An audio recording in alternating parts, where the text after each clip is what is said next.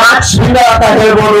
ಯಾಕಂದ್ರೆ 15 ಬಾಲ್ 44 ಅದರಲ್ಲಿ 4 boundary 3 big sixer 290 ಗೋಲ್ strike rate ಅಲ್ಲಿ ಅಂಡ್ ಸಿಕ್ಸರ್ ಹೊಡೆಯೋದು ತುಂಬಾ ಈಸಿನಾ? ಹಾಗೇನಿಲ್ಲ, ಟೀಮ್ ಜೋಶ್ ಅಷ್ಟೇ.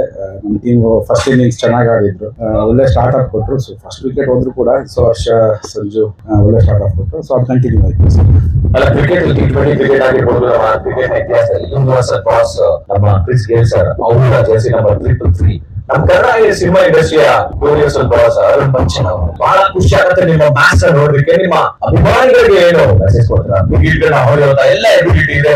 ಎಷ್ಟು NCC ನೋಡುವಂತ ಎಲ್ಲ ಅಭಿಮಾನಿಗಳಿಗೆ ತುಂಬಾ ಒಳ್ಳೆ ಮ್ಯಾಚಸ್ ಬರುತ್ತೆ, ಅದ್ರ ಬಗ್ಗೆ ಏನ್ ಹೇಳ್ತೀರಾ? ಇಲ್ಲ, 6 ಅನ್ನು ಎಕ್ಸ್ಪೆಕ್ಟ್ ಮಾಡ್ತಾರೆ. So okay, so match winning ನಾವು ಯೋಚನೆ ಮಾಡಬೇಕಾಗುತ್ತೆ. ಸೊ ಬರೀ 6 ಇಂದ ಮ್ಯಾಚ್ ವಿನ್ ಆಗಲ್ಲ, ಮ್ಯಾಚ್ ವಿನ್ನಿಂಗ್ ಕೂಡ ನಾವು ಯೋಚನೆ ಮಾಡಬೇಕಾಗುತ್ತೆ. ಸೊ ಹಾಗಾಗಿ ಮಧ್ಯ ನಮ್ಗೆ ಸ್ಟಾರ್ಟ್ಅಪ್ ಹೆಂಗ್ ಬರುತ್ತೆ, ಸೊ ನಮ್ಮ ಆಟನೂ ಅದೇ ತರ ಇರುತ್ತೆ.